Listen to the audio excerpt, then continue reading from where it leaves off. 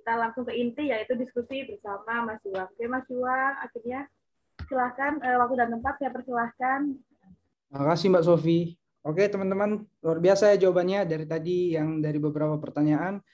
Kalau saya lihat sih sebenarnya semua udah pada paham sebenarnya, secara garis besar udah pada paham, dan kayaknya tanpa perlu dijelasin lebih lanjut sebenarnya teman-teman udah tahu sebenarnya dasar-dasarnya itu yang perlu diperhatikan apa. Cuma untuk supaya kita bisa menyeragamkan persepsi lagi, dan nanti kalau teman-teman juga nanti mau ada masukan atau mungkin tambahan atau ada yang mau dikritisi juga nggak apa-apa, kita saling koreksi aja di sini.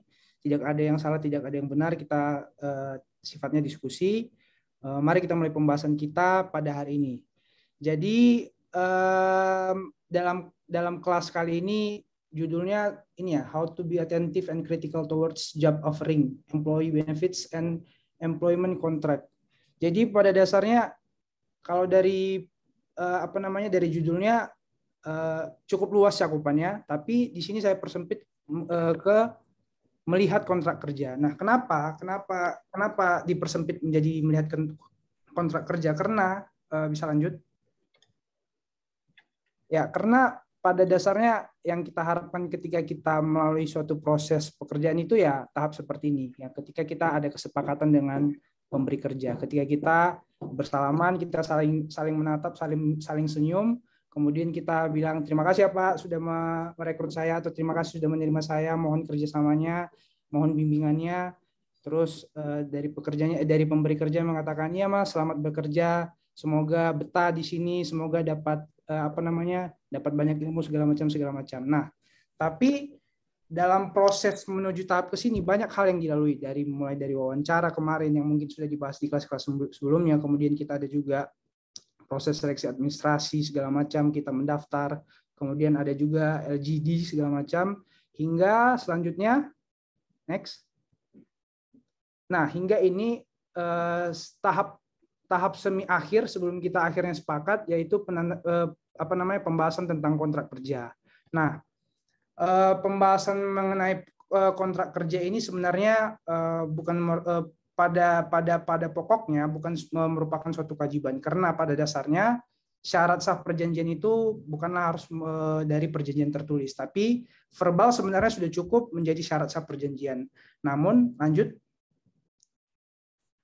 Namun karena di era modern ini banyak sekali hal yang detail yang perlu diatur, kemudian banyak hal yang menjadi sumber masalah di kemudian hari, sehingga perlu adanya suatu dokumen yang menjamin bahwa masing-masing pihak itu dapat mempertahankan posisinya, dapat mempertahankan argumennya ketika suatu saat nanti terjadi sengketa di antara kedua belah pihak. Makanya sekarang ini jarang sekali ya kita mendapatkan pekerjaan, apalagi di suatu perusahaan itu tidak ditawarkan dengan sistem selain kontrak. Pasti selalu kontrak, karena kontraknya itu dan kontrak itu harus tertulis, karena itu tadi itu jadi risk exposure buat kita. Jadinya kita paham bahwa resiko-resiko yang ada itu semua tertuang dalam kontrak, dan itu yang menjadi aturan main kita di antara kedua belah pihak. Nah, lanjut. Nah, kemudian bagaimana sih sebenarnya prinsip-prinsipnya kalau dari ketika kita mengadakan perjanjian dengan orang lain, terutama dalam perjanjian tentang kontrak kerja.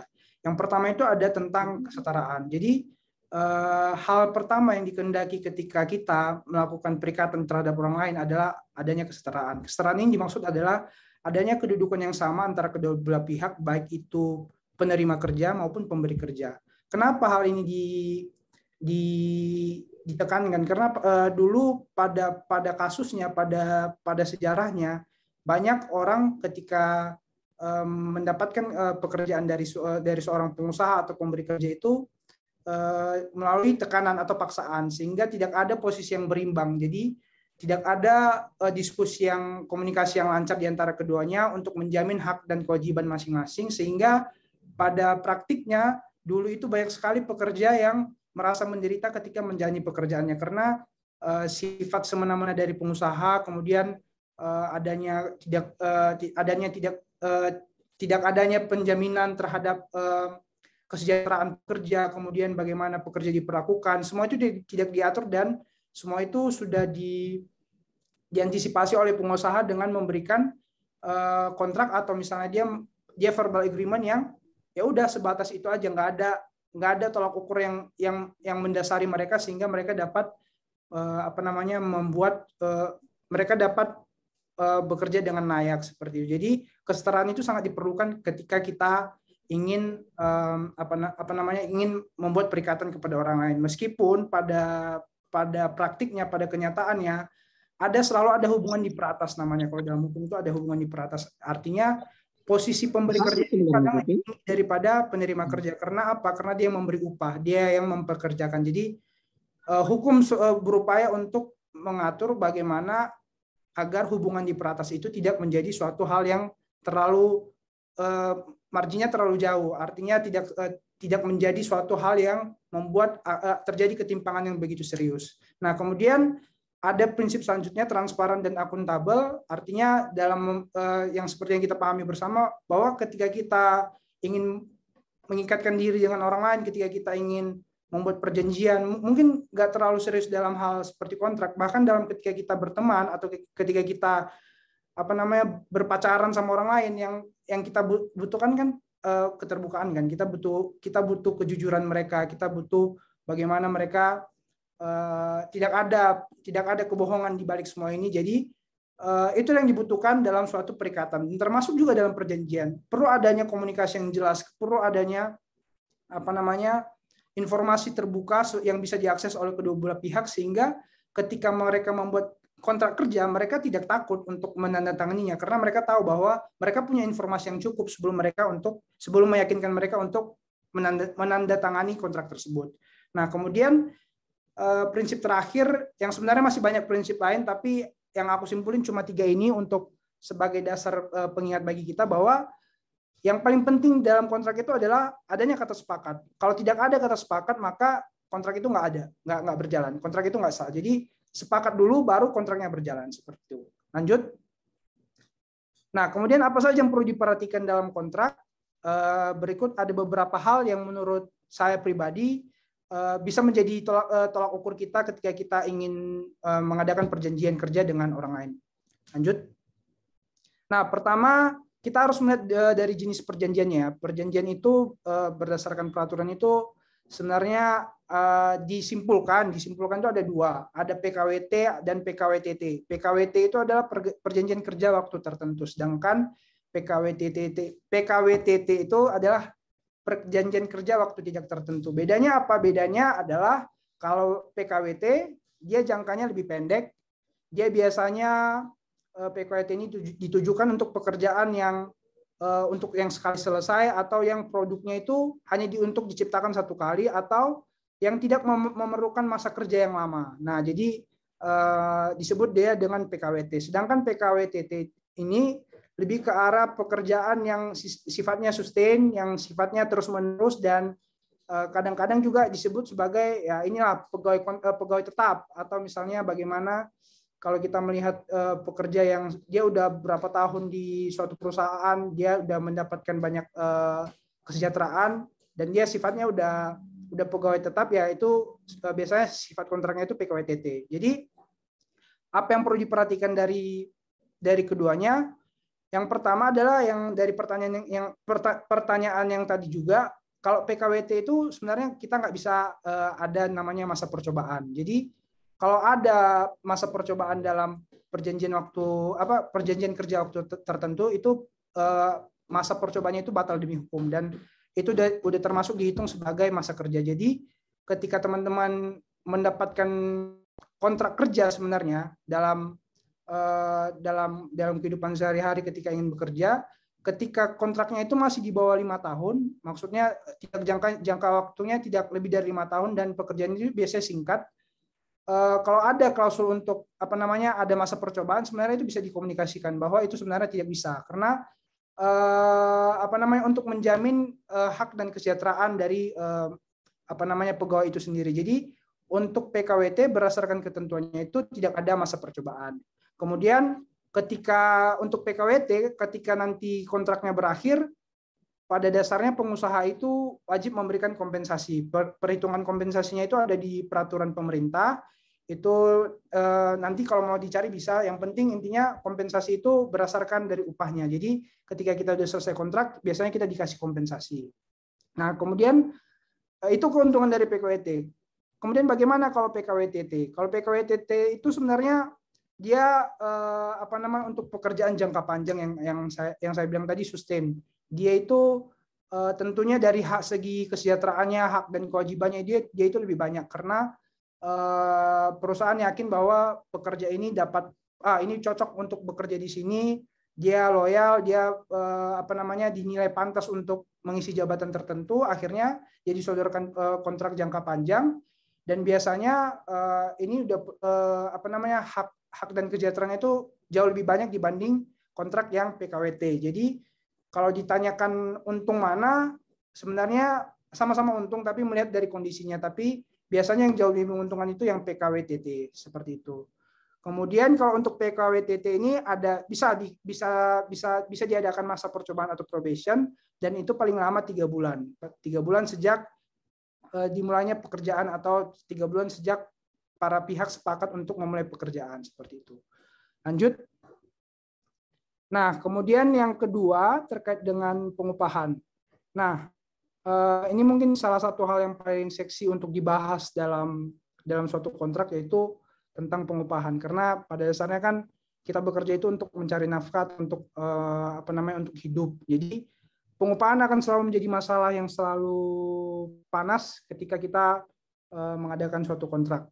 Nah, kalau berdasarkan ketentuannya itu prinsip dasarnya adalah pengupahan itu nggak boleh di bawah upah minimum. Upah minimum ini apa? Upah minimum ini merupakan upah yang ditetapkan oleh pemerintah daerah tentang batas mana seseorang itu dapat hidup di daerah tersebut. Jadi upah minimum ini terbagi atas 2. Kalau dulu kan namanya UMR, tapi sejak tahun 2000 atau 2003 itu penamanya udah mulai menjadi UMP dan UMK. UMP itu upah minimum provinsi dan UMK itu upah minimum kota atau kabupaten. Jadi sekarang terminologi yang dipakai itu UMP dan UMK.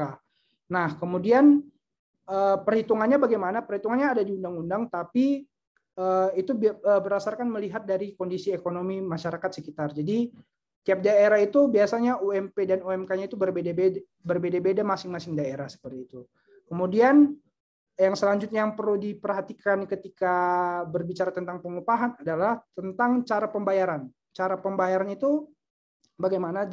Jangan sampai nanti teman-teman ketika mendapatkan pekerjaan, teman-teman udah dapat gaji yang bagus nih, udah deal tentang gajinya, tapi ketika sudah tanda tangan kontrak, ternyata pada perjalanannya tata cara pembayarannya belum dibahas. Bagaimana? Mau kapan dibahas? Mau 1 bulan setelah bekerja, atau dia diberikan pada awal bulan, atau setiap tanggal 25 setiap akhir bulan, atau bagaimana? Dan tata cara pembayarannya juga harus lebih rigid. Misalnya teman-teman bisa harus lebih mendetail.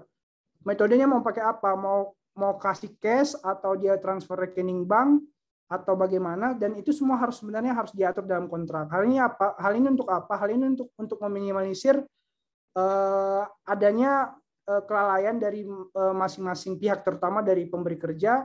Dia bisa aja karena tata cara pembayaran tidak diatur, dia bisa saja sengaja telat untuk membayarkan hak dan kewajiban dari pekerja. Termasuk juga tentang kapan dibayarkan. Kemudian untuk jenis upah sendiri, upah itu sebenarnya kalau dari ketentuan itu ada upah pokok ya, upah pokok, tunjangan tetap dan tunjangan tidak tetap. Kemudian nanti ada juga yang namanya pendapatan non upah. Itu akan kita bahas selanjutnya. Tapi yang untuk yang 3 ini sebenarnya kalau dari upah itu tadi kan ada pertanyaan, apakah tunjangan itu bersifat wajib?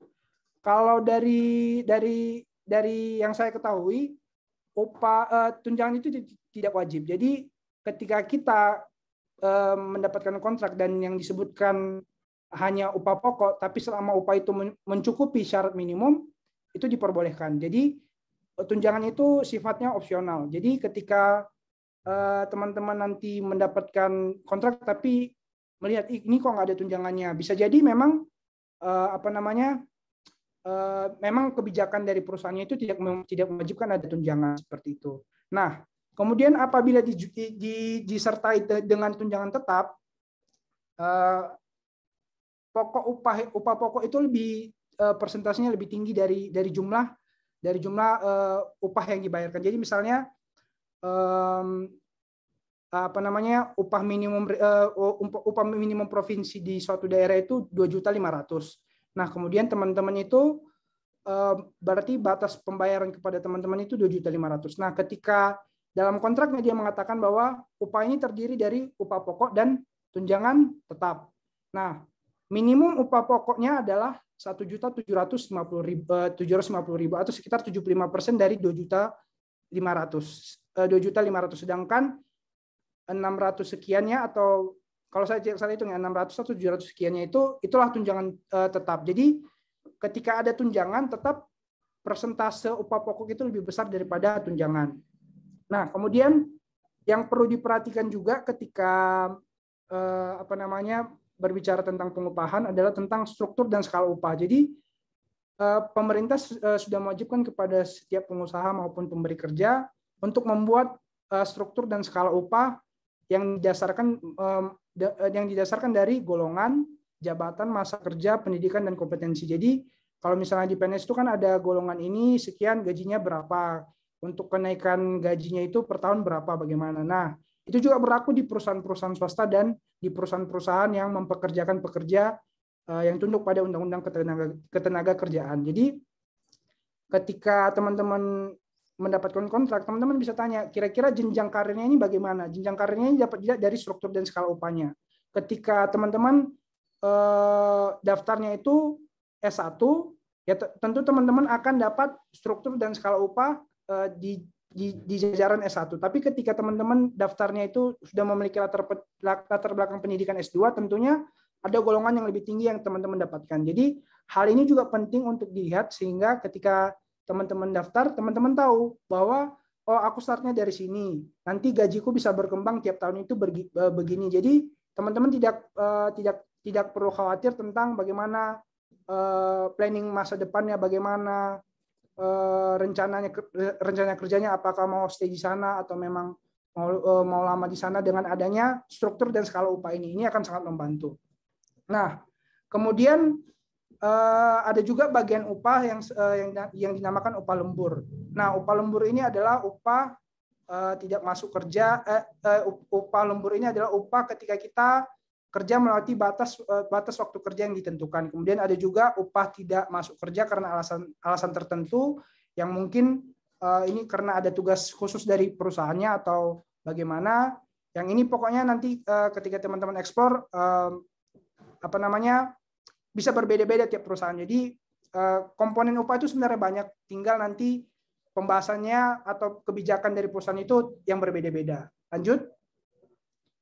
Nah, kemudian tentang THR.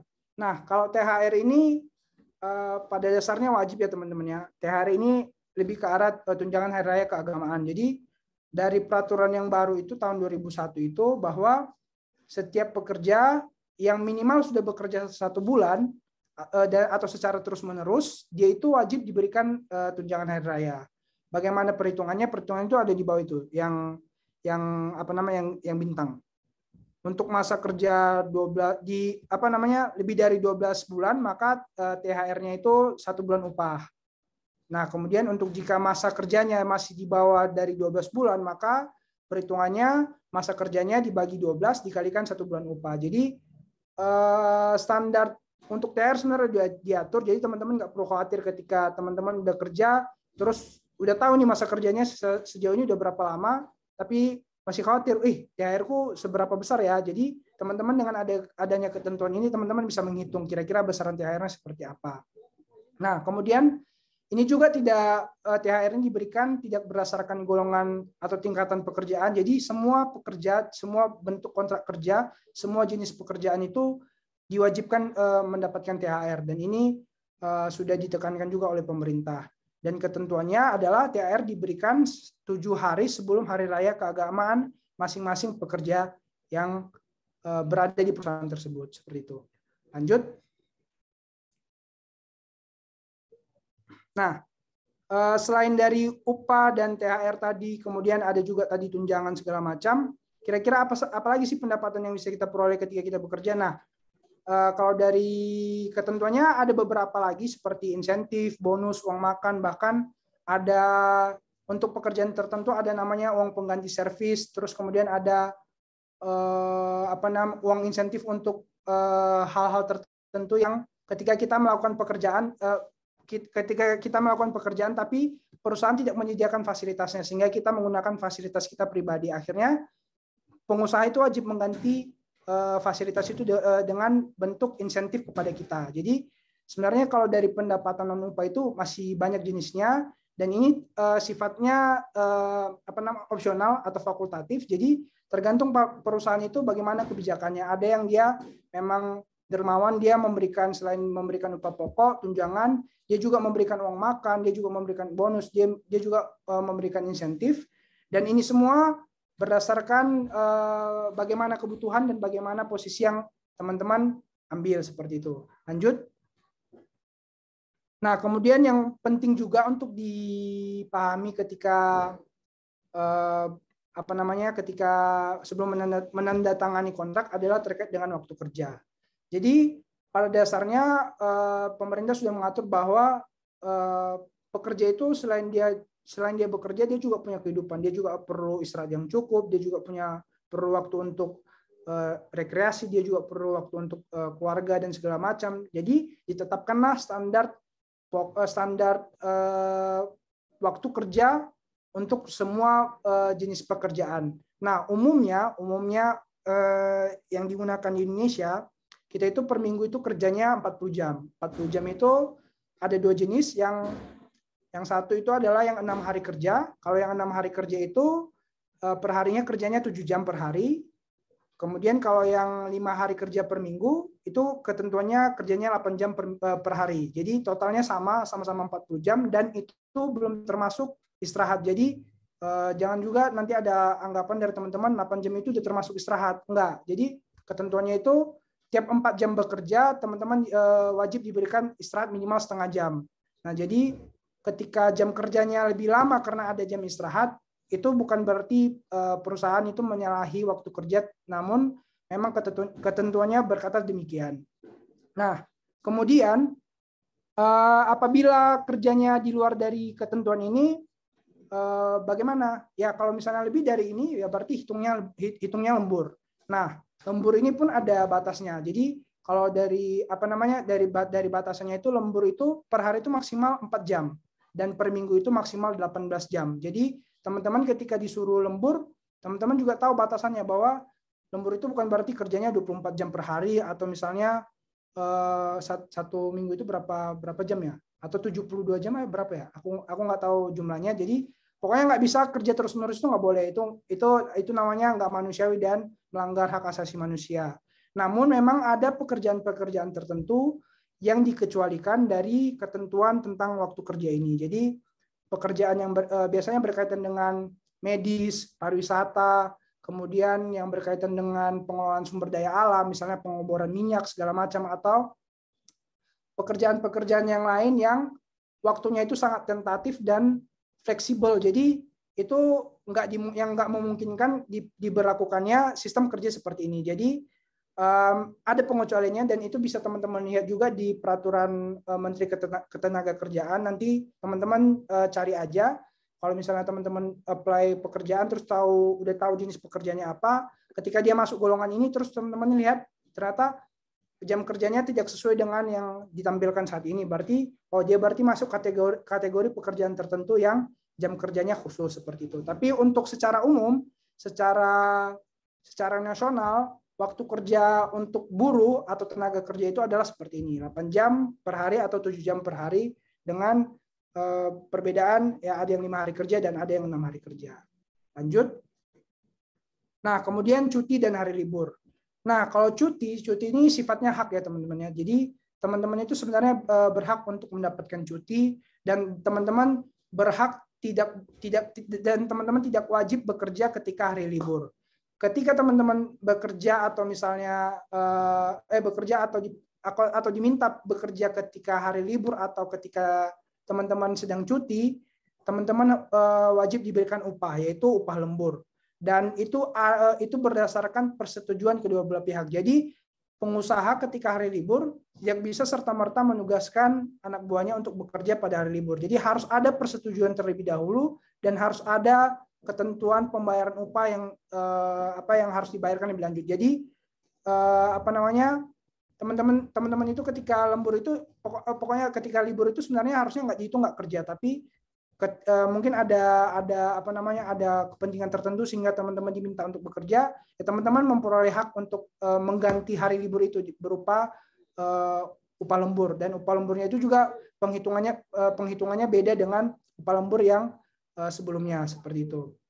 Nah, kemudian cuti ini banyak ya jenisnya, apalagi terutama kepada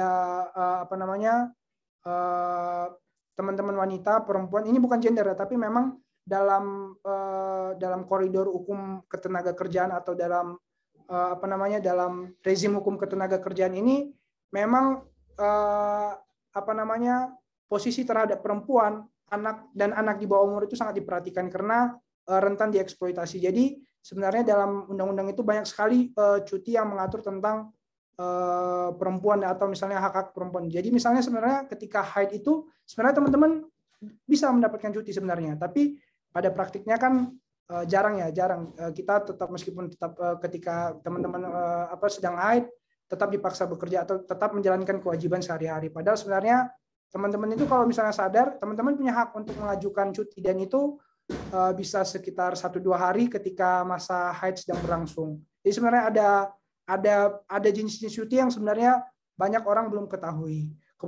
Begitu juga dengan melahirkan, kemudian cuti karena kepentingan tertentu seperti menikahkan anak, atau misalnya ada keluarga yang berduka, atau misalnya ada kegiatan tertentu seperti membaptiskan, atau misalnya ketika ada upacara keagamaan penting yang mengharuskan kita yang satu rumah itu harus datang. Jadi itu kita berhak sebenarnya untuk mendapatkan cuti, dan itu semua sudah diatur. Jadi teman-teman untuk cuti ketika nanti apply pekerjaan, teman-teman tanyakan juga kira-kira cutinya ini apa aja jenisnya. Nah, kemudian selain itu juga pada aturannya selama menjalani cuti teman-teman tetap diberikan upahnya itu tadi upah pokok ya, tetap dibayarkan seperti itu. Kemudian ada lagi juga kita diberikan sebenarnya cuti tahunan. Cuti tahunan ini baru dapat diperoleh ketika kita sudah bekerja selama kurang lebih 12 bulan. Jadi cutinya ini sekitar minimal 12 hari, bisa lebih tergantung kebijakan pengusaha atau pemberi kerja. Dan ini harus kerja dulu setahun baru kita dapat mendapatkan cuti tahunan seperti itu. Jadi kalau masa kerjanya belum 1 tahun tapi udah meminta cuti tahunan itu sebenarnya nggak boleh seperti itu. Lanjut. Nah, kemudian penyelesaian sengketa. Nah, penyelesaian apa nih ya? Perselisihan. Sorry. Penyelesaian perselisihan. Penyelesaian perselisihan ini aku nggak detail nulisnya karena saya juga nggak berharap kita semua mengalami posisi di mana kita harus ada dispute atau sengketa dengan pemberi kerja. Tapi yang salah satu yang perlu teman-teman pahami ketika menandatangani kontrak, teman-teman juga harus tahu klausul tentang penyelesaian perselisihan. Jadi ketika nanti suatu saat ada masalah dalam pekerjaan yang mengharuskan teman-teman itu ada konflik dengan pemberi kerja, teman-teman harus tahu medianya itu apa, atau apakah akan diselesaikan secara musyawarah mufakat, ataukah dimintakan kepada pihak ketiga untuk mendamaikan, ataukah mau dibawa ke arbitrase, ataukah mau dibawa ke kita langsung mengajukan gugatan aja nih di PHI, kita pakai serikat buruh, kita pakai sistem tripartit segala macam, kita mainnya di pengadilan aja. Nah, semua itu harus dibahas teman-teman, karena ini untuk mengantisipasi kita supaya nggak kecolongan suatu saat nanti ketika ada masalah, kita nggak semena-mena untuk menyelesaikan masalah. Jadi sudah ada koridor yang diatur sebelumnya. Jadi ini juga harus teman-teman pastikan ketika menandatangani kontrak, teman-teman harus tanya detail gimana sih proses penyelesaian perkaranya. Apakah kita membicarakan terlebih dahulu, apakah kita musyawarah mufakat dulu, ataukah kita langsung langsung dikenai sanksi atau bagaimana seperti itu. Lanjut. Nah, kemudian yang selanjutnya tentang pengakhiran kontrak atau adendum. Nah, pengakhiran kontrak ini hak juga, dan itu diberikan sebenarnya pengusaha nggak boleh membatasi pekerja ketika dia ingin resign atau mengundurkan diri, tapi ada ketentuannya adalah itu diajukan 30 hari sebelum kita mau resign. Jadi sudah ada sounding terlebih dahulu kepada pemberi kerja, dan selama waktu sampai nanti kita akan resign, kita tetap menjalankan kewajiban kita sebagaimana biasanya. Kemudian juga harus dilihat juga tentang ketentuan tentang adendum atau perubahan perjanjian. Nah, jadi dalam perjalanan pekerjaan kan kadang kita ngerasa bahwa aku mau ganti dari full time menjadi part time, atau ketika kita bekerja kita ingin ada kenaikan gaji, atau ternyata karena kinerja kita bagus kita kita dapat tunjangan. Nah, proses untuk ke situ itu harus dimulai dengan adanya adendum perjanjian. Jadi ada perubahan perjanjian yang mensyaratkan persetujuan kedua belah pihak. Jadi ketika adendumnya dibuat, nanti adendumnya dengan kontrak yang sebelumnya itu sama-sama mengikat, sama-sama dapat dipakai sebagai dasar perjanjian. Jadi harus lihat juga di dalam kontraknya apakah ada nggak klausul adendum, karena suatu saat kan kita nggak tahu ke depannya bagaimana, entah kita mau mengganti sistem kerja kita, atau kita dipaksa untuk mengganti ruang lingkup pekerjaan. Jadi kita bisa mengadakan adendum dengan orang lain. Kemudian tentang berakhirnya kontrak itu sebenarnya sudah diatur ya. Berakhir kontrak itu banyak jenisnya. Bisa jadi karena pemberi kerja itu meninggal dunia atau pekerja meninggal dunia. Kemudian putusan pengadilan juga, karena juga ada klausula yang ditetapkan dalam kontrak sehingga mensyaratkan bahwa perjanjian itu harus selesai. Kemudian ada ketentuan lain. Jadi sebenarnya untuk berakhirnya suatu perjanjian itu sudah diatur. Nah, kemudian tentang PHK juga, kalau PHK ini sebenarnya ada ketentuannya, dan berdasarkan Undang-Undang Cipta Kerja atau Omnibus Law itu PHK semakin lebih diperlonggar. Jadi teman-teman juga mungkin nggak sekarang bahasnya, tapi mungkin nanti bisa baca-baca tentang PHK. Seperti apa sih ketentuan PHK, dan itu lebih rigid diatur dalam Undang-Undang Cipta Kerja. Lanjut. Nah, kemudian tentang hal-hal lain yang perlu diperhatikan, ada seperti hak beribadah. Jadi setiap pekerja itu berhak ya untuk beribadah sesuai dengan agama dan kepercayaan masing-masing, dan pengusaha itu nggak boleh membatasi hak beribadah seseorang. Kemudian juga harus dilihat ketika hak dan kewajibannya itu bagaimana. Ketika pekerja melakukan kesalahan, siapa yang menanggung? Apakah resiko itu ditanggung dari pekerja itu sendiri, atau itu termasuk dalam kecelakaan kerja, atau itu masuk dalam risiko pekerjaan, ataukah itu bagaimana? Itu harus detail juga diatur, karena pekerjaan itu kan banyak ya teman-teman. Ada yang pekerjaan kita melakukan sesuatu, atau yang berupa objek ataupun tindakan. Jadi biasanya yang berupa objek ini kita dituntut untuk menciptakan suatu objek tertentu. Nah, namanya juga manusia, sering terjadi human error atau segala macam. Kadang kita melakukan kesalahan atau bagaimana. Nah, tentu itu mengakibatkan kerugian. Nah, itu juga yang harus dipastikan. Kira-kira ketika terjadi kerugian, siapa yang menanggung? Apakah ini dipertanggungjawabkan kepada pekerja, atau ini malah sudah diantisipasi sebagai risiko bisnis oleh pengusaha? Jadi itu juga harus dibahas. Kemudian teman-teman juga harus perlu perhatikan tentang peraturan perusahaan, tata tertibnya, syarat-syaratnya. Pokoknya apapun ketentuan-ketentuan yang ada dalam perusahaan tersebut yang mensyaratkan adanya sanksi, denda, atau aturan. Pokoknya yang berkaitan dengan tata tertib dan aturan-aturan bekerja lah. Jadi misalnya tentang jam kerja, kemudian bagaimana kalau kita absen, sakit, jika terlambat dan segala macam, apa reaksi yang timbul, apa akibat hukum yang timbul ketika terjadi hal seperti itu. Dan itu harus dipastikan antara kedua belah pihak. Jangan sampai nanti ketika kita telat, udah kita langsung dikasih surat peringatan atau kita langsung dikeluarkan. Nah, jadi teman-teman juga harus bisa pastikan itu. Teman-teman harus bisa tanyakan, kira-kira kalau ada kesalahan-kesalahan minor atau kesalahan-kesalahan mayor itu bagaimana penanggulangannya seperti itu. Lanjut. Sedikit tips untuk untuk teman-teman dalam melihat kontrak. Oke, lanjut. Nah, tips-tipsnya mungkin ya simple ya teman-teman, sebenarnya sederhana. Yang pasti yang pertama itu kita harus baca keseluruhan isi kontrak. Betul-betul baca detail, pasal per pasal, ayat demi ayat, kata demi kata. Kita harus pastikan bahwa identitasnya sudah benar, namanya sudah benar, ruang lingkup pekerjaannya sudah benar, kemudian klausul nominal rupiahnya sudah benar, angka nolnya harus dipastikan betul-betul benar, angka terbilangnya juga harus dipastikan sudah betul-betul benar, kemudian nomor rekening, kemudian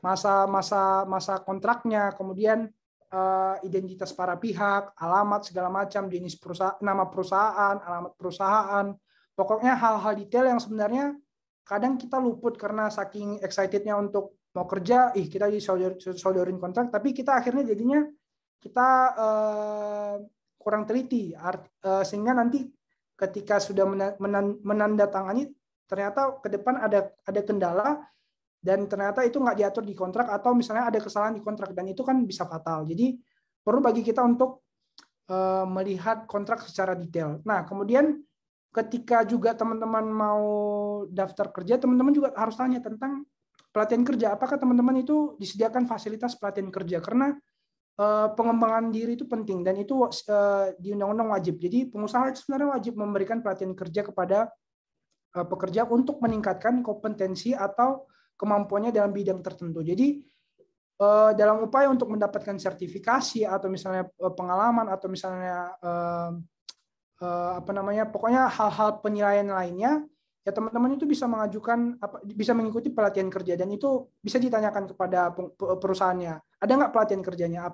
Kita kerja di sini dapat apa aja? Kita kerja di sini kira-kira selain dapat uang, kita juga dari pengembangan diri kita apa? Apakah kemampuan kita hanya dipakai hanya untuk yang ini aja atau ada pengembangan yang lainnya? Jadi itu juga harus diperhatikan. Kemudian untuk negosiasi upah, cuti dan lainnya diusahakan dengan cara yang bijaksana. Artinya teman-teman harus melihat bahwa dalam proses negosiasi kontrak dengan HR atau misalnya dengan pihak SDM dan pihak legalnya perusahaan itu kadang kita sering merasa tertekan sehingga atau kita kadang diintimidasi. Kira-kira kamu kalau kerja segini maunya digaji berapa? Sering kan ada pertanyaan seperti itu. Nah, kita diuji nih dalam kasus seperti ini, kita sering diuji apakah kita yang tipenya yang saya mau gajinya seperti ini atau kita pura-pura baik, kita bilang udah mengikuti ketentuan kantor saja atau bagaimana. Nah, sebenarnya itu nggak boleh. Teman-teman harus melihat kapasitas teman-teman, itu portofolionya bagaimana, udah bisa melakukan apa aja, jenis pekerjaan yang teman-teman bisa itu jarang atau enggak atau banyak. Ketika jarang berarti teman-teman berhak untuk mendapatkan upah yang lebih banyak, seperti itu. Kemudian teman-teman juga bisa diskusikan bahwa dari segi beban kerjanya apakah banyak atau enggak. Ketika banyak ya biasanya perusahaan itu dia mengiming-imingkan gaji yang besar, tapi dalam kontraknya ruang lingkup pekerjaannya sangat abstrak dan sangat umum, sehingga nanti ketika bekerja kita dikasih pekerjaan berbagai macam dan itu betul-betul biasanya betul-betul menderita meskipun gajinya besar. Jadi teman-teman jangan sampai terkecoh. Teman-teman harus pastikan bahwa ruang lingkup pekerjaannya itu sudah sesuai dengan beban kerja yang teman-teman lihat. Dan itu bagaimana, itu memang perlu perlu skill ya. Itu butuh pengalaman dan itu perlu bagaimana kebijaksanaan kita untuk dalam mengambil keputusan. Tapi kalau dari saranku, karena teman-teman di sini masih pada muda, masih masih pada segar, masih bisa melakukan apa saja, teman-teman lihat kondisinya. Ketika sekarang masih belum punya tanggungan, orang tua masih mampu membiayai, atau kita masih punya banyak pilihan, tidak ada salahnya kita untuk mencoba berbagai macam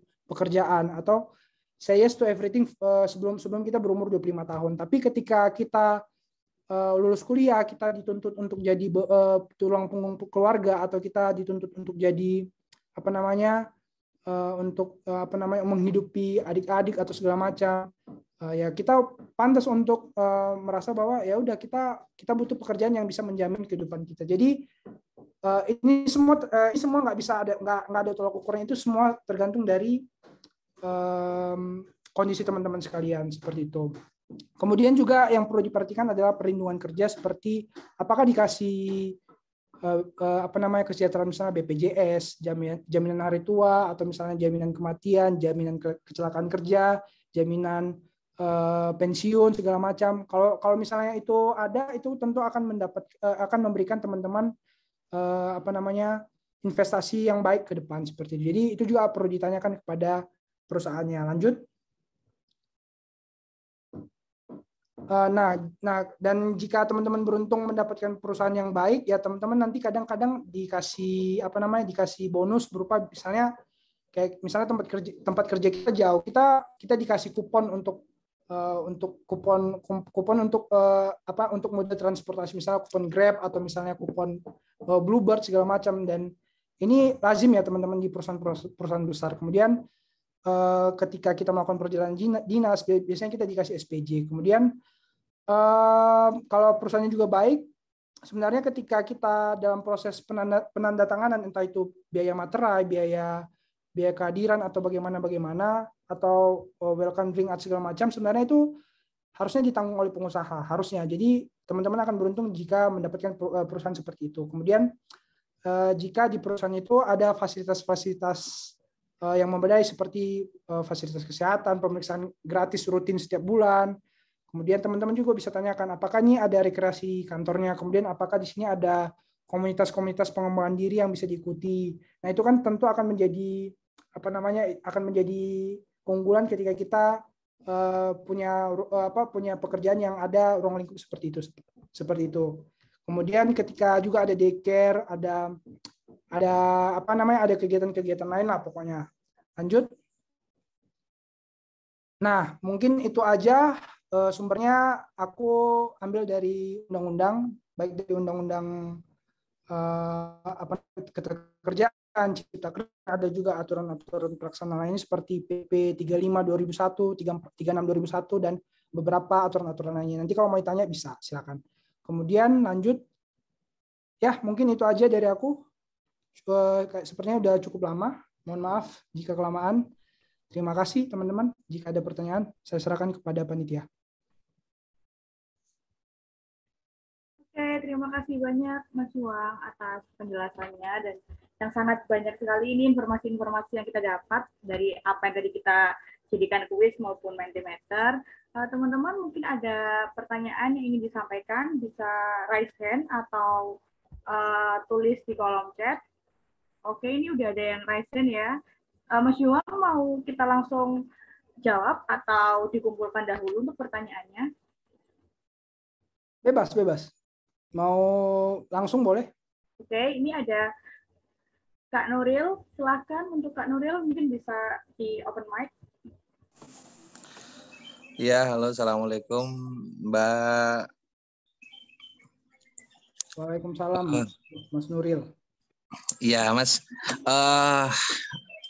perkenalkan saya Torik dari Pamekasan, Madura.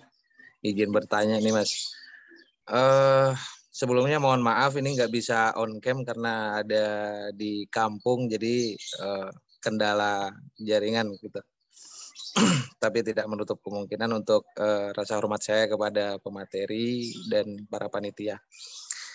Yang mau saya tanyakan tadi banyak disebutkan bahwasanya ada banyak benefit yang harus ditanyakan, diperjelas begitu dari perusahaan, baik itu jaminan kesehatan, kemudian jaminan pensiunan dan lain sebagainya. Kemudian pertanyaannya begini Mas, dalam suatu perusahaan tidak menutup kemungkinan benefit-benefit itu tidak bisa didapatkan secara keseluruhan yang sudah disebutkan. Ada juga yang hanya untuk tenaga kerja saja, kesehatan untuk kesehatan karyawan dan lain sebagainya, itu hanya salah satu saja. Nah, ketika kita meminta hak-hak itu secara keseluruhan, apakah yang bisa kita lakukan apakah mengkomunikasikan dengan pihak serikat pekerja atau kita langsung kepada atasan kita dan lain sebagainya begitu. Ketika kita sudah menangani teken kontrak, sudah terlanjur begitu. Nah, bagaimana untuk pemecahan solusi terkait hal itu, Mas? Begitu. Kurang lebihnya begitu, Mas. Oke, terima kasih Mas Torik. Luar biasa ya pertanyaannya. Sepertinya Mas Torik ini sudah pengalaman banget ya kerjanya. Jadi terkait dengan apa namanya tentang kesejahteraannya, terkait dengan jaminan sosial ini memang menjadi salah satu momok yang paling sering terjadi di Indonesia, karena kadang pengusaha itu atau pemberi kerja itu jarang mau mendaftarkan pekerjanya. Mereka takut bahwa mereka takut untuk upahnya itu dipotong. Jadi mereka takut untuk membayar cicilannya. Jadi biasanya mereka memberi alasan ya kita belum kerjasama dengan dengan BPJS, kita belum kerjasama dengan BPJS Ketenagakerjaan atau bagaimana, atau misalnya dia bilangnya kita udah bekerja sama dengan BPJS tapi hanya untuk BPJS Ketenagakerjaan aja, tapi untuk yang pensiun, yang jaminan kematian dan kecelakaan kerja itu nggak diatur, kita belum ada kerjasama. Jadi memang solusinya yang seperti Mas Torik tadi bilang, memang perlu kita aktif untuk juga ikut aktif dalam serikat pekerja. Jadi ketika kita memiliki serikat pekerja yang berisi teman-teman teman-teman yang senasib atau misalnya teman-teman yang sesama pekerja, kita nanti ada mekanisme untuk ketika kita mengadakan perjanjian kerja bersama. Jadi ketika nanti ketika ada permasalahan masif di suatu tempat kerja karena merasa bahwa ini jaminan sosialnya belum cukup nih. Nah, kita bisa mengadvokasi melalui serikat pekerja untuk mengadakan perjanjian kerja bersama pengusaha-pengusaha atau perusahaan-perusahaan di daerah tersebut. Jadi mungkin bisa diatur detail tentang jaminan sosialnya untuk di daerah ini maunya apa aja. Jadi sebenarnya bentuk komunikasinya sebenarnya bukan cuma dari kita dengan perusahaan langsung, tapi juga seperti yang dibilang Mas Torik tadi, kita bisa melalui media dari serikat pekerja, dan itu sebenarnya biasanya lebih didengarkan oleh pengusaha, karena ketika serikat pekerja sudah turun, biasanya nanti akan ada sistem tripartit. Jadi pemerintah juga tentu akan turun tangan. Pemerintah akan menjadi penengah di antara kelompok pengusaha dan kelompok pekerja, dan kemudian di situ nanti dalam pembuatan PKB-nya nanti akan disepakati kira-kira bagaimana, kira-kira apakah ada hal-hal yang perlu difasilitasi dari keduanya sehingga mereka semakin sejahtera atau misalnya sama-sama menguntungkan. Tapi memang lazimnya seperti yang dibilang Mas Torik tadi, memang hampir mustahil untuk mendapatkan semuanya. Yang saya katakan di hadapan teman-teman saat ini adalah kemungkinan apa saja yang sebenarnya bisa diperoleh dari suatu tempat kerja. Namun memang karena prinsipnya ini, balik lagi, ini prinsip ekonomi ya. Semua pengusaha itu mau untung dan nggak mau rugi. Mereka maunya untung sebesar-besarnya. Jadi mereka selalu berusaha agar bagaimana menekan biaya modal dalam hal pembayaran upah pekerja. Jadi kalau misalnya sudah terlanjur untuk menandatangani kontrak dengan pengusaha, ya cara tadi saya rekomendasikan sih Mas, seperti kita melakukan mediasi dengan serikat pekerja di tempat kerja atau serikat pekerja di daerah tersebut, seperti itu. Oke, terima kasih atas jawabannya Mas. Tapi kalau misalkan diizinkan oleh Mbak Moderator, saya bisa nambah pertanyaan nggak untuk lebih menalar dari pertanyaan saya tadi? Kalau diizinkan. Boleh, silakan. Oke, jadi apa yang disampaikan Mas Juang secara teoretik juga tidak ada yang keliru begitu, semuanya benar. Tetapi pada realitanya kadang meskipun kita sudah melalui serikat pekerja, sudah menerapkan kaidah-kaidah tripartit juga, di situ ada pemerintah yang memediasi begitu sebagai mediator, akan tetapi tidak menutup kemungkinan karena ini menyangkut atau terkait dengan kepentingan dari para stakeholder begitu. Tidak menutup kemungkinan ketika dalam mediasi itu menemukan jalan buntu begitu. Dan itu tidak sekali dua kali hal itu terjadi dalam sebuah perusahaan dengan karyawan begitu. Nah, ketika komunikasi antara serikat pekerja yang menyampaikan aspirasi begitu, kemudian sebagai pihak mediator pemerintah itu tidak menemukan titik temu atau tidak menemukan win-win solution begitu. Nah, lantas apa yang perlu kita lakukan begitu setelah komunikasi itu tidak berjalan sebagaimana mestinya begitu? Oke. Untuk ya. Oke. Menarik sekali pertanyaan dari Mas Torik ya. Kalau saya radikal atau ekstrim sedikit, saya bisa bisa katakan ya, di undang-undang diatur kok tentang mogok kerja. Kita bisa melakukan mogok kerja, atau kita bisa melakukan bentuk aspirasi penyuarahan aspirasi berupa demo segala macam. Tapi saya pikir itu langkah-langkah yang ekstrim dan kadang hasilnya tidak sebanding dengan apa yang ingin kita raih. Jadi memang kalau sudah dalam tahap seperti itu, permasalahannya memang sudah sangat luas. Itu bukan hanya permasalahan tentang kesepakatan saja, tapi itu sudah lebih dari permasalahan politik, ekonomi, sosial budaya segala macam, itu bercampur aduk. Cuma yang mau saya katakan bahwa secara prinsip, Mas, karena saya juga masih sangat awam ya, Mas, ya, untuk dalam hal ini, tapi secara prinsip yang saya ketahui, memang pada dasarnya dalam teori negara-negara berkembang, apalagi seperti Indonesia ini, memang pekerja itu selalu menjadi anak tiri dan pengusaha itu selalu menjadi anak emas. Karena apa? Karena yang dalam prinsip negara berkembang yang didorong adalah bagaimana penciptaan investasi, bagaimana penciptaan pengusaha itu selalu didorong agar lebih menguntungkan, sehingga lebih banyak kegiatan ekonomi yang terjadi. Dan itu dampak buruknya adalah ya yang tersiksa lagi-lagi tenaga kerja. Jadi itu adalah suatu persoalan interdisipliner, itu merupakan suatu persoalan sosial yang nggak bisa kita selesaikan dengan cara hanya kita, yang seperti kata Mas Torik tadi, hanya berdiskusi sekali dua kali segala macam. Itu tentu sangat kental dengan adanya kepentingan.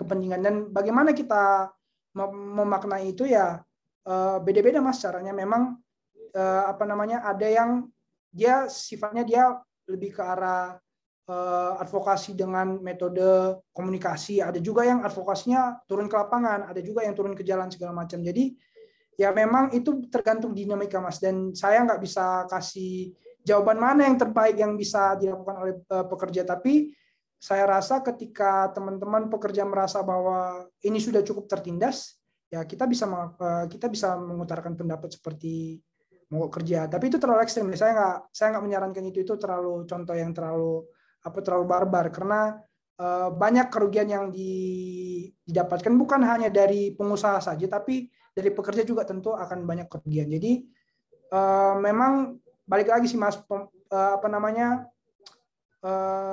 semua itu tergantung bagaimana kita melihat bagaimana pemangku kebijakan. Untuk itu perlu bagaimana kita untuk memilih pemimpin yang tepat, yang bisa memberikan kebijakan-kebijakan yang baru, yang bisa memberikan kebijakan-kebijakan yang adil. Karena pada dasarnya balik lagi, hak-haknya kita itu bukan cuma di tangan kita, tapi di tangan pengambil kebijakan. Jadi mungkin itu Mas saran yang sangat sederhana yang mungkin belum bisa menjawab pertanyaannya Mas Torik, tapi memang itu, Mas, harus saya akui bahwa secara praktik itu akan sangat susah untuk diselesaikan.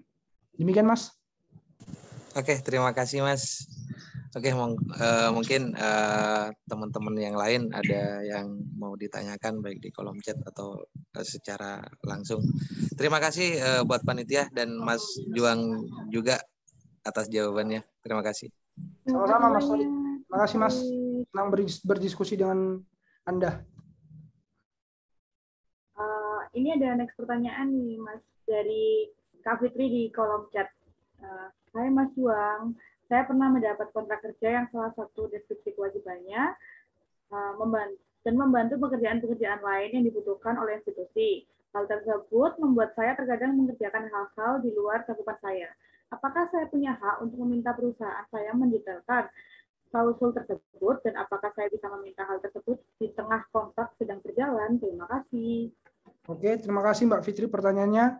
Mbak Fitri, ini kejadiannya persis yang saya alami Mbak sekarang. Jadi saya memang posisinya legal tapi juga disuruh mengurusi tentang yang lain-lain. Jadi memang ini suatu suatu budaya kerja di Indonesia yang marak terjadi. Jadi ketika ini terjadi, apakah kita punya hak? Seperti yang saya katakan tadi, sebenarnya kita punya hak. Kita punya hak ketika kita dalam perjanjian itu diberikan kesempatan untuk mengajukan adendum atau perubahan perjanjian. Jadi ketika di dalam perjanjiannya ada klausul dapat mengajukan adendum, ya mungkin Mbak Fitri bisa menyampaikan kepada pimpinannya bahwa menurut saya ini perlu didetailkan lagi. Kira-kira pekerjaan-pekerjaannya itu seperti apa? Karena ini sebenarnya klausul seperti ini yang sebenarnya sering menjebak pekerja-pekerja Indonesia. Karena banyak mereka nggak sadar, oh mungkin pekerjaannya yang lain-lain itu mungkin remeh-temeh, tapi dengan adanya klausul seperti ini akan sangat membuka tabir pekerjaan yang sangat luas, sehingga kita bisa saja diberikan ruang lingkup pekerjaan yang sebesar-besarnya, karena nggak ada batasan. Karena dengan adanya klausul seperti ini akan sangat susah bagi kita untuk mengelak untuk ketika kita disuruh untuk melakukan suatu hal. Jadi memang ini salah satu praktik yang kalau menurut saya pribadi salah satu praktik buruk yang terjadi dalam situasi kerja di Indonesia. Dan saya sangat mendukung ketika Mbak Fitri berani untuk berbicara kepada pemberi kerja, meskipun ya pada kenyataannya nggak semudah yang dibayangkan, tapi memang hal-hal seperti ini kadang menjadi masalah ketika kita tidak membahasnya. Jadi ketika Mbak Fitri merasa ini udah mungkin pekerjaan terlalu berlebihan atau bagaimana, pengajuan adendum sangat saya sarankan seperti itu, dan itu diperbolehkan. Itu adalah hak dari pekerja seperti itu. Oke, terima kasih Mas Juang. Kalau boleh tahu dari Mas Juang sendiri, dengan pengalaman yang pernah dialami, apakah Mas Juang juga mengajukan adendum atau bagaimana? Kalau boleh tahu aja. Ya, karena saya berbicara pengalaman, sebenarnya saya masih agak old school ya Mbak ya. Saya masih dengan tipikal anak-anak yang mungkin bukan masuk dalam kategori milenial. Saya masih dengan sistem pendidikan dan pengajaran orang tua zaman dahulu. Jadi kalau dari saya sendiri, saya memang sudah terbiasa disuruh untuk melakukan hal-hal di luar dari apa yang saya kerjakan. Dan karena sebenarnya itu saya tahu itu salah. Secara prinsip setelah saya kuliah, saya merasa bahwa sebenarnya nggak boleh ini melanggar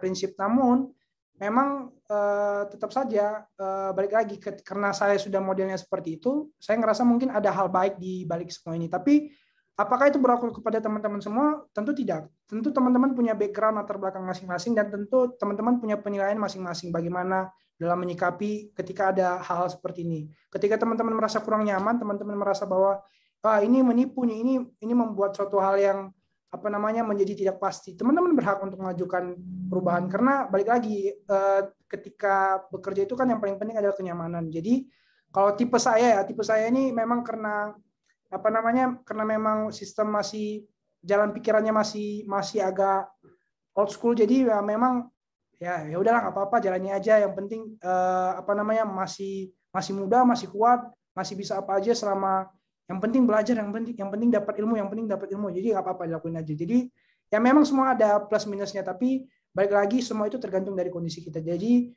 saya nggak bisa menyalahkan diri saya juga nggak bisa menyalahkan pendapat-pendapat yang lain seperti itu Mbak. Oke, berarti parameternya juga balik lagi kepada diri sendiri gitu ya Mas ya. Sangat nggak ada yang sakot gitu ya Mas. Betul. Oke, terima kasih Mas. Next ini ada pertanyaan lagi dari Kak Imron. Oh, ini lumayan banyak nih pertanyaannya, ada beberapa nih. Oke, sebelumnya saya mohon maaf tidak bisa on mic dikarenakan ada kendala teknis. Perkenalkan, saya Muhammad Imron dari Jakarta Utara. Mohon maaf ingin bertanya Kak, yang pertama, perhitungan uang kompensasi saat masa kerja berakhir seperti bagaimana ya? Kemudian yang kedua, ketika kita berakhir kontrak kerja, contoh pada bulan Februari, akan tetapi kita masih mendapatkan sisa cuti lumayan banyak. Apakah sisa cuti tersebut akan dibayarkan? Yang ketiga, ini saya baca langsung atau mau beberapa dulu, Mas Juan? Boleh, Mas, satu-satu juga bisa, Mbak. Oke, yang pertama dulu kali ya.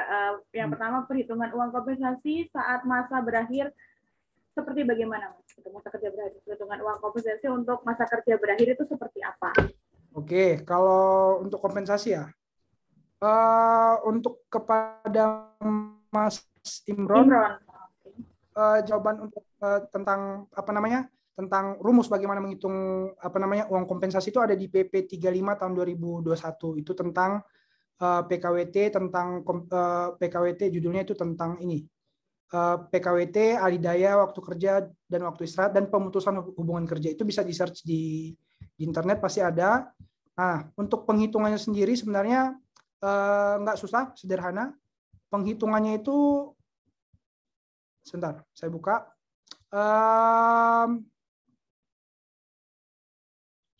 Nah, kalau misalnya perhitungan sederhana, jadi misalnya ketika misalnya yang pertama, ketentuan pertama, PKWT selama 12 bulan secara terus-menerus diberikan satu bulan upah. Jadi misalnya ketika kita udah bekerja 12 bulan atau 1 tahun, maka uang kompensasinya adalah 1 bulan upah. Kemudian PKWT selama 1 bulan atau lebih, tetapi kurang dari 12 bulan atau kurang dari 1 tahun, maka proporsinya sama dengan perhitungan lembur tadi. Jadi masa kerjanya misalnya 7 bulan dibagi 12 dikali 1 bulan upah. Nah, itulah besaran kompensasi. Nah, bagaimana kalau misalnya masa kerjanya lebih dari 1 tahun? Nah, kalau misalnya masa kerjanya lebih 1 tahun atau 12 bulan, dihitung dengan proporsional juga. Jadi, masa kerjanya misalnya 14 bulan atau 24 bulan atau 36 bulan dibagi 12 dikali 1 bulan upah. Jadi, perhitungannya sebenarnya sederhana. Dan upah yang satu bulan upah yang dipakai itu hitungannya itu upah pokok. Upah pokok ini yang termasuk upah pokok, upah tetap, dan tunjangan tetap. Jadi kalau misalnya ada tunjangan tidak tetap itu nggak dihitung, atau misalnya insentif, bonus itu nggak dihitung. Jadi yang dipakai adalah upah pokok, yaitu upah tetap dan tunjangan tetap, seperti itu. Jadi kalau komposisi gajinya adalah upah tetap dan tunjangan tidak tetap, maka yang dipakai penghitungannya adalah hanya upah pokoknya saja. Jadi tunjangan tidak tetapnya nggak dipakai, seperti itu. Kemudian pertanyaan kedua, ketika kita berakhir kontrak kerja, contoh pada bulan Februari, akan tetapi kita masih banyak mendapatkan sisa cuti lumayan banyak. Apakah sisa cuti tersebut akan dibayarkan? Jadi kalau misalnya dalam undang-undang itu ada namanya ketika kita berakhir ketika terjadi pemutusan kontrak atau ketika ketika kita di PHK, kita ada namanya uang pengganti hak. Uang pengganti hak ini adalah uang pengganti hak cuti, atau misalnya hak upah-upah lain yang belum sempat dibayarkan, yang masih terutang, seperti bahasa mudanya yang masih terutang, dan itu perhitungan juga ada di undang-undang. Jadi nggak perlu khawatir sebenarnya kalau misalnya kita sebenarnya masih menyimpan cuti atau misalnya ada upah yang belum dibayarkan sebenarnya. Jadi ketika kita di PHK itu sebenarnya kita masih bisa mendapatkan uang penghargaan masa kerja, kita juga mendapatkan uang penggantian hak, kemudian kita juga dapat pesangon juga. Jadi sebenarnya regulasinya sudah mengatur cukup rigid tentang apa saja sih hak dan kewajiban kita, tapi memang pada kenyataannya sering dilupakan atau sering tidak dilaksanakan. Nah, kemudian yang ketiga, ketika perusahaan tidak ada jenjang karir, apakah kita bisa mengajukan ke pihak perusahaan tersebut? Kalau misalnya mengajukan sangat bisa, Mas, karena pada dasarnya kewajiban untuk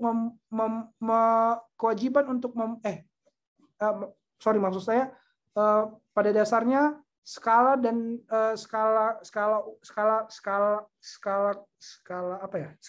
skala upah dan besaran gaji itu, misalnya jenjangnya itu sebenarnya bersifat wajib. Jadi pemerintah mewajibkan pengusaha untuk membuat skala upah dalam perusahaannya. Jadi sistemnya memang sudah lebih ke arah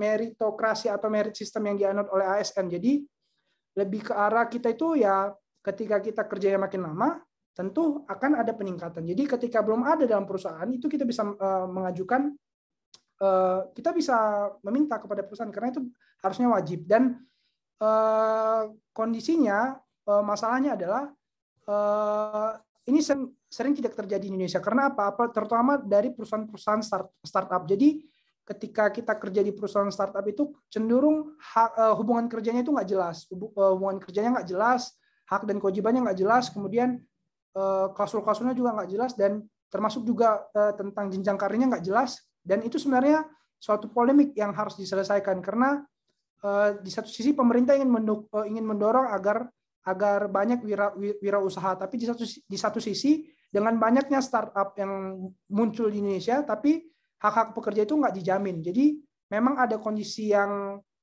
menguntungkan sekaligus merugikan, dan sebenarnya itu tetap harus diantisipasi. Jadi kalau memang menurut Mas Imron belum ada, itu bisa diajukan karena itu pada dasarnya wajib. Lanjut ke yang keempat, ketika kita mengajukan resign kerja akan tetapi pihak perusahaan tidak menerima, bahkan sudah mengajukan lebih dari 3 kali. Pertanyaannya, apa yang harus kita lakukan ketika mendapatkan? Nah, ini memang balik lagi ya, permasalahan yang terjadi di Indonesia ini banyak perusahaan atau banyak pengusaha, dan termasuk juga pekerja yang belum selesai dengan masalah moral dan etika. Jadi udah jelas di peraturannya, udah jelas dibunyikan atau sudah jelas ada ketentuan bahwa resign itu, mengundurkan diri itu merupakan hak itu hak asasi, itu merupakan kewenangan. Jadi apalagi ketika kita merupakan PKWT atau kita kontraknya bukan jangka panjang, kita kontrak jangka pendek. Ketika kita mengajukan resign, sebenarnya itu hal yang manusiawi, dan itu sebenarnya diperbolehkan. Jadi ketika ada yang melarang, sebenarnya saya bingung karena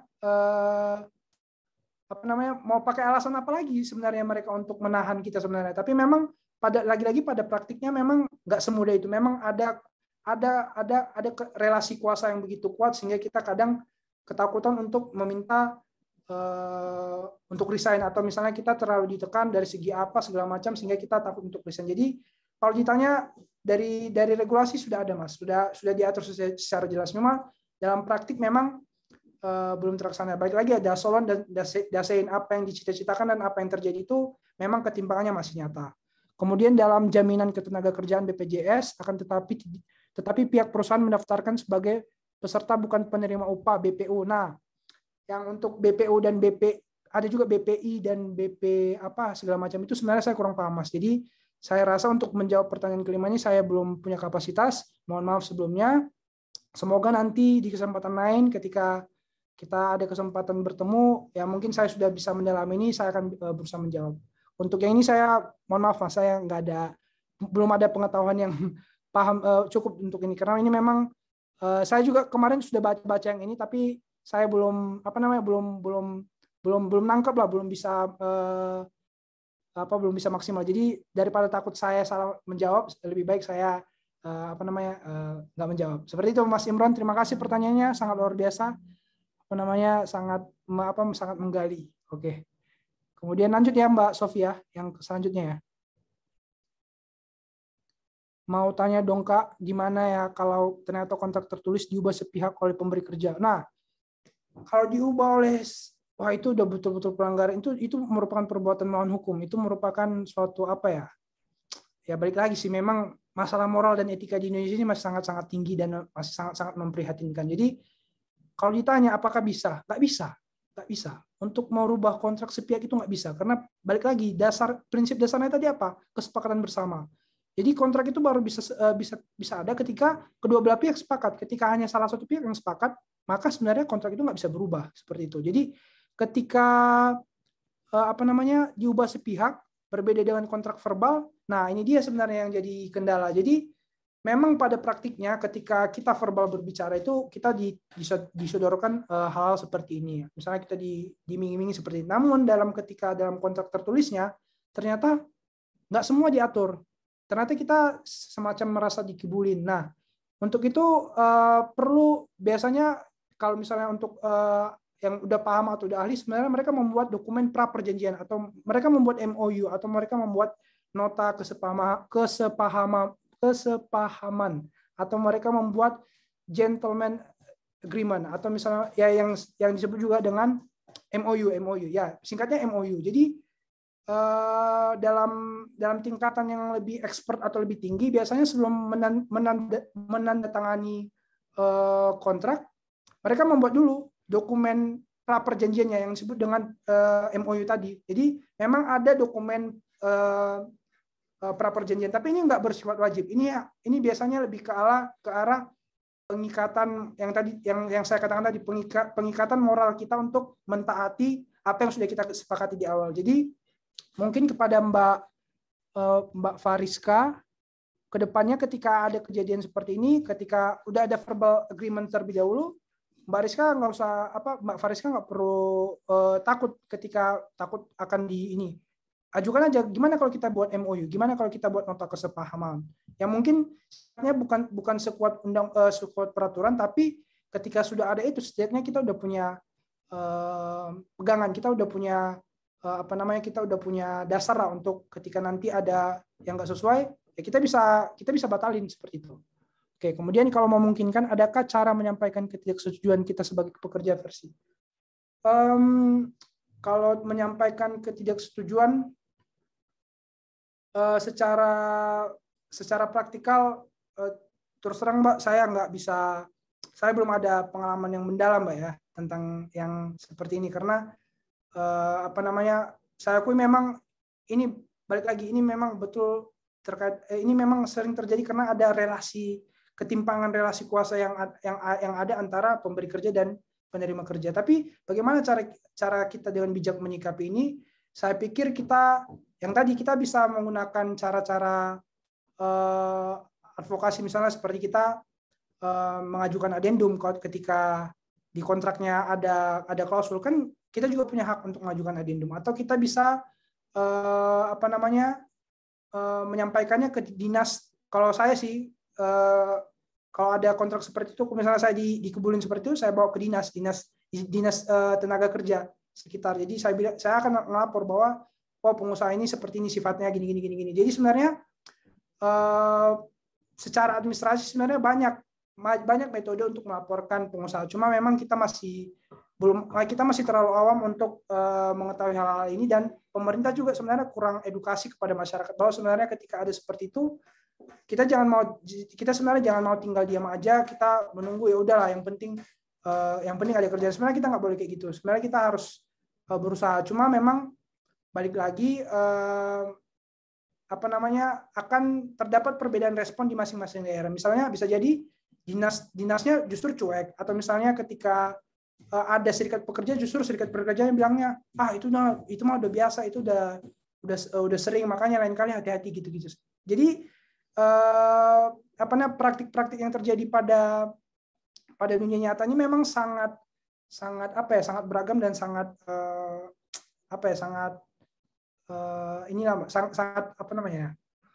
membuat kita kadang bingung kenapa bisa seperti ini. Tapi untuk itu mungkin ada sesi sepertinya. Jadi lain kali ketika kita ingin mengajukan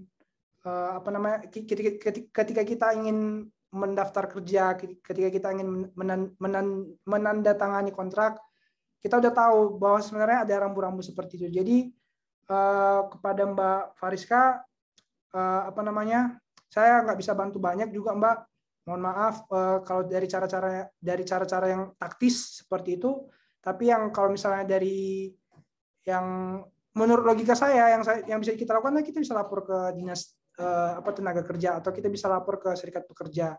Terus kita juga bisa mengajukan adendum. Itu sih cara-cara yang menurut saya pantas sebagai pekerja. Kemudian kena penalti, suruh bayar. Ya, ini juga salah satu masalah ya. Kita disuruh bayar penalti ketika kita mau resign, dan celakanya kita udah ACC dulu kontraknya, baru kita tahu tentang ketentuan penalti ini. Nah, jadi ya memang kita harus baca detail kontraknya. Jadi ketentuan mengenai penalti ini pun bisa didiskusikan sebenarnya ketika mau kerja ya. Jadi kita bisa diskusikan sebenarnya tentang penalti ini wajib atau enggak, atau misalnya ada atau enggak. Karena pada dasarnya mengajukan resign itu sebenarnya hak, apalagi untuk PKWT.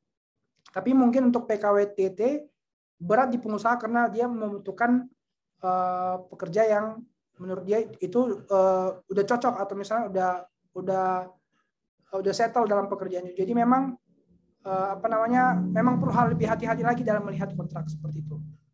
Kemudian dari Mbak Ratri, selamat siang Mas Juang. Saya mau bertanya, bagaimana jika ada perusahaan yang mencantumkan di formulir data yang diisikan dengan tulisan bahwa karyawan bersedia menerima pemutusan tanpa. Wah, ini juga pernah saya dengar Mbak tentang seolah-olah dia menolak ketentuan kompensasi. Jadi itu sebenarnya harusnya dokumennya batal demi hukum Mbak. Kalau dari segi teorinya ya. Dari segi teorinya, ketika ada klausul seperti itu, maka klausul bukan perjanjiannya keseluruhan, tapi klausul tersebut itu harus batal demi hukum atau tidak batal demi hukum itu maksudnya otomatis nggak berlaku secara hukum. Jadi tanpa perlu ada tindakan-tindakan bagaimana itu harusnya nggak berlaku. Dan ketika nanti ada sengketa di pengadilan, kita nggak perlu khawatir karena prinsipnya sudah seperti itu dan saya yakin bahwa kita kalau misalnya udah sampai pengadilan kita bakal menang kalau misalnya klausulnya seperti itu. Karena pada dasarnya kompensasi itu apalagi untuk PKWT itu wajib dan apalagi dalam pemutusan hubungan kerja itu udah diatur jelas bahwa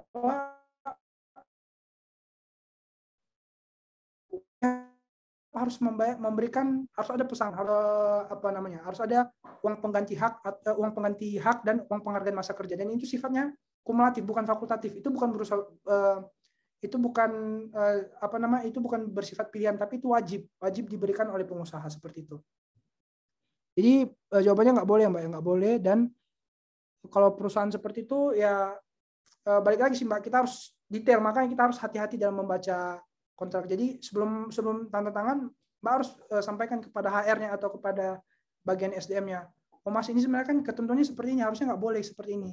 Terus kalau misalnya dia bilang ya udah kalau nggak mau ya nggak bisa ini ya di situ susahnya juga kalau ketika ada bahasa-bahasa seperti itu ya memang agak menyulitkan. Namun memang banyak perusahaan-perusahaan yang nakal tapi bukan berarti kita harus menyerah untuk memperjuangkan hak dan kewajiban kita. Jadi saran saya ketika terjadi seperti ini diadvokasikan saja Mbak, seperti yang tadi saya bilang ke Dinas Tenaga Kerja atau bisa dilaporkan ke jika ada di dalam kontraknya klausul penyelesaian masalahnya kita melaporkan kepada pihak ketiga misalnya pemerintah atau segala macam, itu dilaksanakan saja atau dilakukan saja karena pada saat sebenarnya itu nggak boleh itu menyalahi aturan gitu. Oke, lanjut. Untuk pertanyaan terakhir kali ya Mas, karena keterbatasan waktu kita ini sekaligus. Oh iya ya, oke. Oke, Mbak Sofi. Ini ke Kak Ulfa mungkin pertanyaan terakhir bisa dijawab. Oke.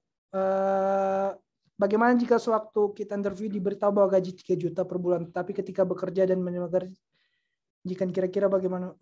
Nah, pertanyaannya ketika diberitahukan ketika interview itu kan ya itu istilahnya yang saya bilang tadi, verbal agreement.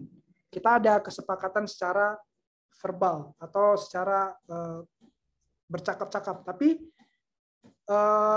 yang saya bilang tadi bahwa harus ada pendetailan dalam sebuah kontrak. Jadi kuncinya adalah bagaimana ketika terjadi seperti ini. Balik lagi yang menjadi rambu-rambu kita tetap kontraknya Mbak. Jadi ketika Mbak Sakina Ulfa ada kondisi seperti ini, Mbak harus lihat kontraknya. Kontraknya bagaimana? Kalau 3 juta di dalam kontraknya, berarti pengusaha itu wajib membayar 3 juta. Nggak bisa enggak. Dan ketika dia menunda ketika dia menunda pembayaran atau dia nggak memberikan upah sesuai dengan apa yang di dalam kontrak, laporin aja Mbak. Laporin ke polisi atau kemana, atau ke pihak yang berwenang. Karena itu udah pelanggaran kontrak, itu udah prestasi. Secara hukum dia udah melanggar prestasi. Atau kalau dia ya disebarin aja, diviralin aja kalau misalnya seperti itu. Karena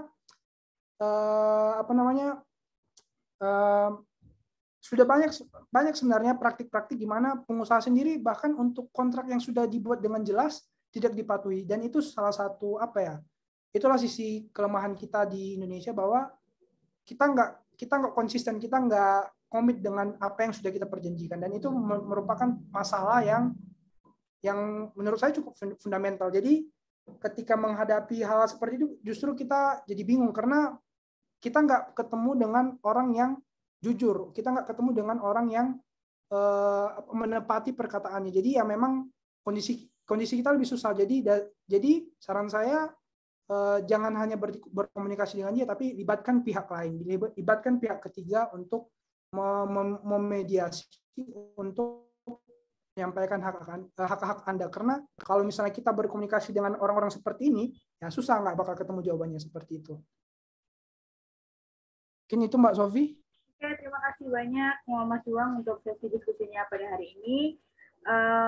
Teman-teman, mungkin saya bisa beri sedikit kesimpulan untuk sesi hari ini bahwa tadi sudah dijelaskan oleh Mas Juang terkait bagaimana jenis perjanjiannya meliputi PKW dan PKWT dan PKWTT, dan juga pengupahan itu ternyata banyak jenisnya, ada yang pokok, tunjangan, tetap maupun tidak tetap, kemudian THR, dan juga ada non-upah yang bisa meliputi insentif, bonus, maupun uang makan, ada juga untuk waktu kerja, ternyata dibagi, ada yang 7 jam per hari maupun 8 jam per hari, juga ada bagaimana sih cuti itu untuk mungkin teman-teman yang perempuan, ternyata ada juga nih bisa dapat cuti haid, atau juga nanti cuti melahirkan, kayak gitu. Juga ada hari libur, yang tentunya meskipun libur ataupun cuti, ternyata kita juga tetap bakalan dapat gaji pokok. Dan juga ada pembahasan-pembahasan lain selama berdiskusi mengenai ternyata ini masalah etika dan juga moral tuh masih menjadi apa ya, mungkin PR lah untuk para bidang kepegawaian lah di perusahaan di Indonesia, kayak gitu. Juga terkait gimana masih banyak ternyata kasus-kasus dari teman-teman tadi yang ceritakan bahwa ternyata setelah verbal agreement tuh masih bisa berubah tuh, ada kasus kayak gitu. Berarti harus perlu diminimalisir, mungkin dari pemerintah juga perlu meningkatkan lagi awareness kepada teman-teman, dan juga gimana sih tahap-tahap semisal ada penyelewengan seperti itu. Oke, terima kasih banyak ya Mas Juang untuk sesi sharingnya pada hari ini. Mungkin Mas Juang bisa memilih satu penanya terbaik dari teman-teman. Penanya, saya bingung ya, soalnya pertanyaannya bagus-bagus semua. Saya sangat excited menjawab semua pertanyaan karena betul-betul menguji, tapi kalau disuruh milih, aduh bingung ya.